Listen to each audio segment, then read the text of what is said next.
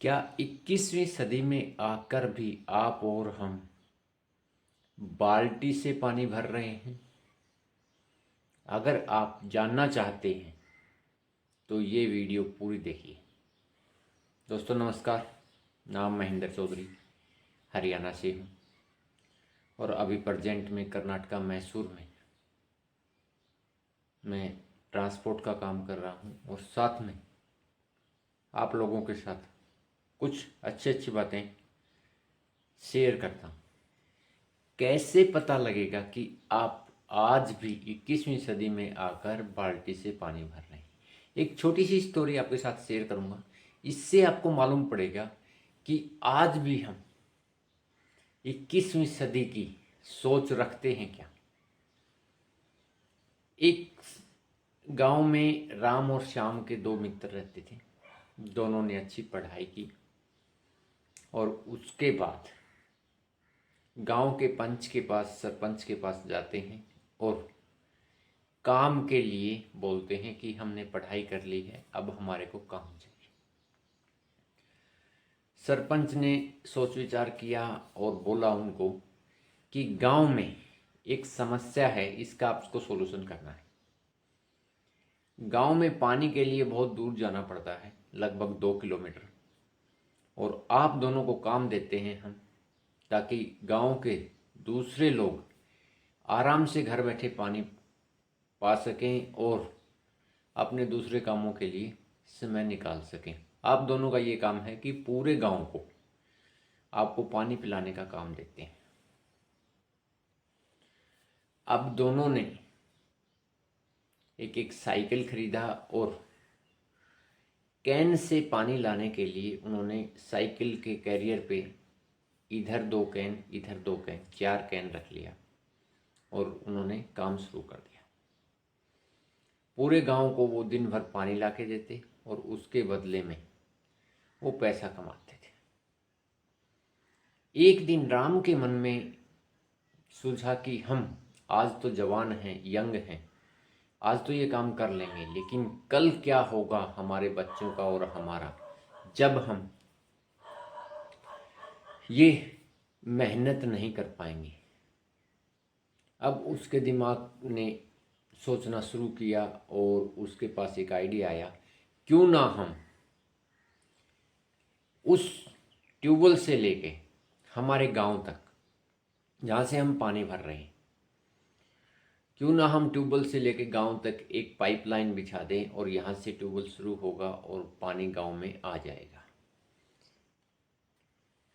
अब राम के दिमाग में जब ये आइडिया आया तो उन्होंने श्याम के साथ शेयर किया, लेकिन श्याम बोला, ये फालतू के झंझट में मैं नहीं पड़ता हूँ, आपको जो करना है कर सकते हैं, मेरे को काम मिला है, मेरे को मेरा घर भी बनाना है, मेरे को गाड़ी लेना है, मेरे को बच्चों की अच्छी सुख सुविधाएं देनी। उन्होंने उसकी बात को नहीं माना, लेकिन राम के दिमाग में कल की टेंशन थी कि 45-50 साल के बाद जब मैं ये इतनी मेहनत नहीं कर पाऊंगा तब मैं कैसे करूँगा। दोनों ने काम जारी रखा, लेकिन यहाँ पे क्या हुआ, राम 8 घंटे काम करता था, 2 घंटे पाइपलाइन के लिए गड्ढा खोदता था और उसने सारे वो चीज़ें खरीदना शुरू किया अपनी इनकम में से जो पाइपलाइन बनाने के लिए ज़रूरी था। अब 3 साल बाद, 4 साल बाद जब देखते हैं तो श्याम के पास अच्छा घर हो गया, गाड़ी हो गया, उसके बच्चे अच्छे स्कूल में जाने लगे, लेकिन राम का जो एक्स्ट्रा पैसा था वो सारा इन्वेस्टमेंट में जा रहा था, पाइपलाइन बनाने में जा रहा था, और उसके पास वही पुराना घर था जिससे उसने शुरू किया था, वही टूटी साइकिल, वही सारी सुख सुविधाएं। एक दिन राम और श्याम बैठते हैं और बोलते हैं, देखो राम, हमने दोनों ने साथ काम किया था, लेकिन आज आप कहाँ हैं और मैं कहाँ हूँ। आप ये फालतू के झंझट में नहीं पड़ते तो आज आपके पास भी मेरे जैसा घर होता, गाड़ी होता।